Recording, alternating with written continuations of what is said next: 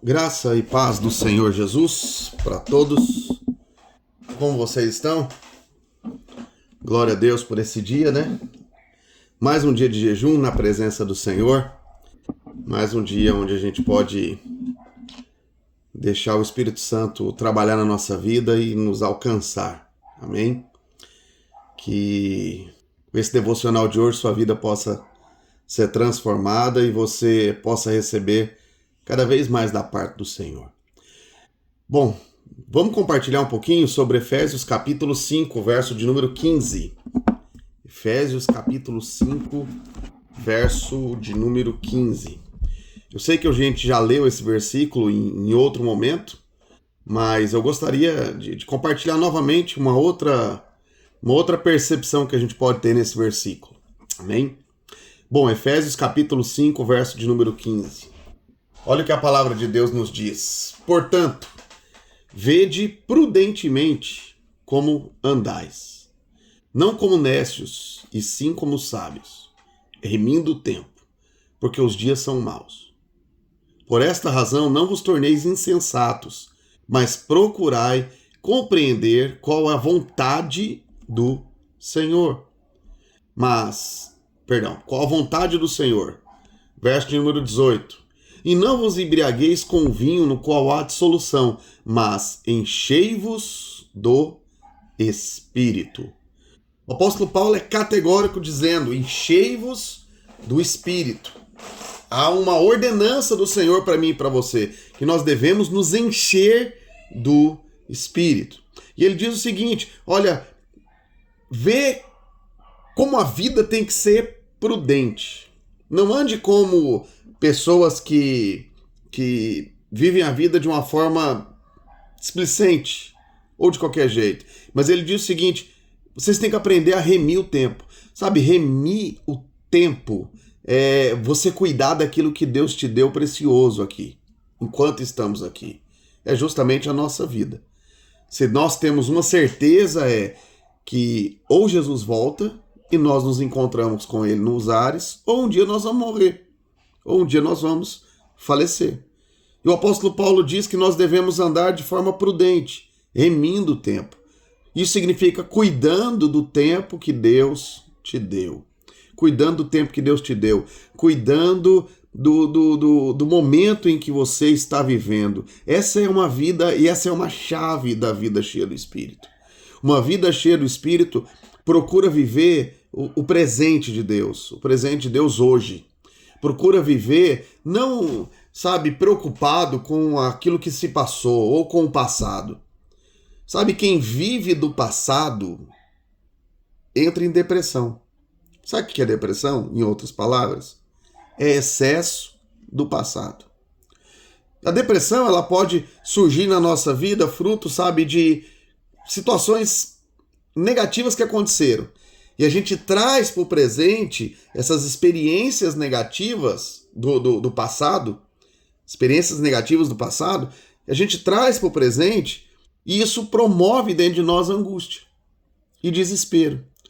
É a morte de alguém, é o falecimento de alguém, é a perda de um negócio, é a falência, alguma coisa acontece na nossa vida que gera dentro de nós um gatilho, acende dentro de nós uma pólvora de uma lembrança daquilo que foi ruim na nossa vida. Aquilo que marcou. A maior prova de que eu e você estamos crescendo é que os anos passam e a nossa vida ela é vivida por experiências positivas e experiências negativas. A gente passa por situações boas e por situações ruins. A gente desfruta da vida com vitória e com derrotas. Agora, o que você vai fazer com a derrota que você viveu? O que você vai viver com o infortúnio que veio sobre a sua vida? Como que você vai lidar com as coisas ruins que aconteceram? Como que você vai lidar com a tragédia, com a dor da lembrança, com a morte? Eu conheço pessoas que estão vivendo luto há 10 anos, 12, 15 anos. Eu já ouvi histórias de gente que vive o luto a vida inteira. A vida inteira vive um luto. Outras carregam experiências do passado, sabe? Que de fato marcaram, que produziram dentro delas feridas, marcas profundas, não só na alma, mas às vezes no corpo. Porque são pessoas que às vezes não se aceitam. Não aceitam, às vezes, a cicatriz que carregam, não aceitam, sabe, a perda de um membro, e carregam para o presente de hoje essa lembrança e essa dor. O que a gente precisa aprender a lidar? Olha, eu e você, como homens de Deus, como pessoas chamadas pelo Senhor, a gente precisa entender de forma espiritual aquilo que o apóstolo Paulo está ensinando. Ele diz o seguinte, olha, vede prudentemente, ande como alguém prudente, como você anda, não como pessoas nécias. Pessoas nécias são pessoas jovenzinhas, sabe? Sem instrução, sem conhecimento, sem experiência. Ele diz, não ande como esses nécios, sem conhecimento, sem experiência na vida, mas ande como pessoas sábias. E sabe quem é o sábio? O sábio é aquele que tem a experiência, sábio é aquele que tem a vivência, sábio é aquele que já experimentou ou já aprendeu com outros pela experiência. E ele se torna uma pessoa sábia. E o apóstolo Paulo diz, você precisa aprender a remir o tempo. Remir o tempo é entender que o tempo de qualidade não é o que vai acontecer amanhã, mas é o hoje. O tempo bem vivido não é trazendo para o presente a experiência dolorosa do passado. Não é promovendo hoje, sabe, a lembrança das coisas do passado. Tem um versículo muito lindo que o apóstolo Paulo diz o seguinte, olha, esquecendo-me das coisas que para trás ficam. O ontem ficou para trás. E o que você precisa fazer? Você precisa encarar o dia de hoje como algo novo, como uma experiência nova diante do Senhor. A experiência que passou, que ficou para trás, ela é uma experiência que traz hoje na sua vida uma maturidade. Você talvez tenha uma experiência que muitos outros não têm. Você passou por uma experiência de morte, de falecimento, de perda de um ente querido, e muitas pessoas por aí estão desesperadas pela vida, e você pode permitir com que Deus te cure hoje no presente, ressignifique a experiência dolorosa e ruim que você teve no passado, para que você desfruta de um tempo bom hoje na presença de Deus, desfrutando hoje diante de Deus de uma vida boa. Aquela mulher que dos evangelhos é retratada, aonde Jesus, os fariseus trazem essa mulher diante de Jesus e falam, olha, Senhor, essa mulher foi pega em adultério e ela precisa ser apedrejada. Jesus então escreve palavras no chão e cada fariseu daquele olha aquilo que Jesus escreveu e eles vão embora. E Jesus vira para ela e diz o que para ela? Olha, vá e não peques mais. Isso é ressignificar passado. Isso é ressignificar as experiências. Jesus estava dizendo para ela, olha, a vida de hoje, ela é uma vida diferente que você viveu. Se ontem você viveu no pecado, se ontem você viveu na prostituição, se ontem você viveu no erro, hoje você não precisa viver mais assim. É a triste história que eu me deparei um dia desses com um homem de mais de 40 anos de idade, destruindo a família, destruindo o casamento e destruindo a vida das filhas por causa de droga, por causa de bebedeira. E eu virei para ele e falei, rapaz, olha a sua idade. Eu falei, olha, você já está na idade de ser um pouquinho mais inteligente. Porque isso que você está vivendo não é uma questão de demônio, nem de nada. Se você é de Deus, você foi liberto. O que você precisa é de tomar vergonha na cara. Que é o que muita gente precisa, de tomar vergonha na cara. Para abrir mão e recusar, deixar, abandonar coisas que hoje precisam ser abandonadas. O apóstolo Paulo, ele diz, olha, eu quando andava como menino, eu sentia como menino, eu pensava como menino, mas hoje eu já sou homem, então eu abandonei, eu deixei as coisas de menino. É uma decisão que a gente passa na vida. Eu falei para ele, então, olha, você já experimentou, você já viveu, beleza, você viu como é que é, mas agora você tem filhas maravilhosas, sua esposa, você tem um casamento para cuidar, para zelar, e você está perdendo a sua carreira profissional, você está perdendo seus bens por causa de bobagem, por causa de coisas desse mundo que produzem uma falsa experiência de alegria e que não tem. Por isso que o apóstolo Paulo diz, olha, não vos embriagueis com vinho no qual há dissolução. Não se embriague no vinho, por quê? Porque aquele que se embriaga no vinho, ele vai produzir um bem-estar momentâneo. Ou ele vai entorpecer a dor, o sofrimento, a vida maligna e mal que ele está vivendo por um curto espaço de tempo.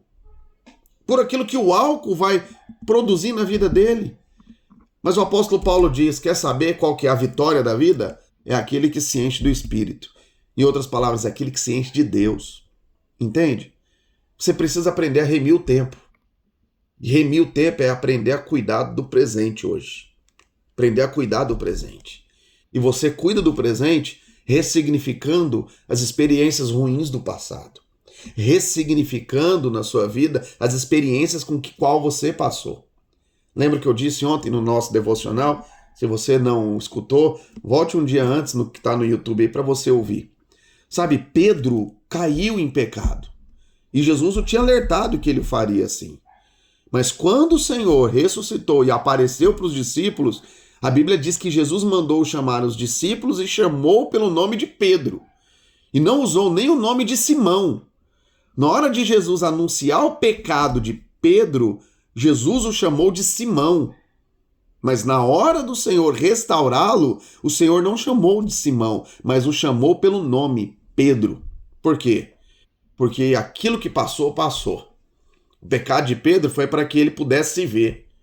Se ver que ele não é tão forte, tão poderoso assim, que ele não pode confiar na sua própria carne, que ele não pode confiar, sabe, na força do seu braço, que ele não pode confiar na sua disposição, ou na sua força natural, ou na sua força humana. Não, ele simplesmente se entrega na fraqueza de Deus e deixa o Senhor o levar. O pecado de Pedro demonstrou para ele o quão fraco e insignificante ele é diante de todo o propósito de Deus. Mas revelou o quê? Revelou o poder restaurador e transformador e redentor do Senhor sobre a sua vida, quando Deus o chamou pelo nome de Pedro. Ali houve a restauração. Sabe, assim é na nossa vida. Nós precisamos da restauração do Senhor. A gente precisa permitir Deus nos restaurar. A gente precisa permitir Deus transformar a nossa vida, ressignificando na nossa vida o passado. Sabe, Deus permite circunstâncias ruins acontecerem em nós. E o Senhor vai transformar essa aparente maldição em bênção. O apóstolo Paulo chega a dizer que a nossa leve e momentânea tribulação vai produzir na nossa vida eterno peso de glória. Há um peso de glória. Jesus, porque sofreu tudo o que ele sofreu na cruz do Calvário, produziu na vida de Jesus o nome que está acima de todo nome. É o peso de glória. Ninguém vai ter um nome maior que Jesus. Ninguém tem um nome maior que Jesus. O nome de Jesus é o nome que está acima de todo nome. Ele recebeu esse nome por causa do peso de glória. Sabe, você foi chamado pelo Senhor. Deus te chamou. E nesses dias eu quero te encorajar a aprender a viver o melhor do Senhor na sua vida hoje. E desfrutar hoje da presença do Senhor, se alegrar hoje e ver que hoje é o dia que o Senhor fez, como diz o salmista, por isso estamos alegres. Hoje é o dia que o Senhor fez. Hoje é o dia da alegria. Todos os dias quando você acordar, sabe, olha para o céu e diz, hoje é o dia que o Senhor fez. Hoje é o dia da minha bênção. Hoje é o dia das bênçãos do Senhor sobre a minha vida. Hoje é o dia que o Senhor fez. Porque a Bíblia diz que as misericórdias do Senhor são a causa de não sermos consumidos, mas as suas misericórdias não têm fim. Elas se renovam a cada dia. A cada dia nós podemos desfrutar da bênção do Senhor. Amém? Com respeito ao seu passado, doloroso, desastroso, com traumas, deixe o Senhor ressignificar na sua vida e transforme em poder a experiência do passado na sua vida. Amém? Deus te abençoe. Queria orar por você. Senhor, que nesses dias de uma vida cheia do Espírito nós possamos ser, ó Deus, gratos ao Senhor pelo dia de hoje. Possamos ser gratos ao Pai por tudo aquilo que o Senhor disponibiliza na nossa vida. Que possamos, ó Deus, com o nosso passado, ó Deus, ressignificar, dar o devido significado, ou mudar o significado dele em nós. Que a experiência de dor seja uma experiência de cura hoje. Que a experiência do trauma seja a experiência da esperança. Que a experiência da perda seja a expectativa do ganho diante do céu e da tua presença. Que os meus irmãos possam desfrutar desse poder e desse tempo precioso do hoje, do presente, vivendo uma vida cheia do Espírito, em nome de Jesus. Deus abençoe. Até a nossa próxima live.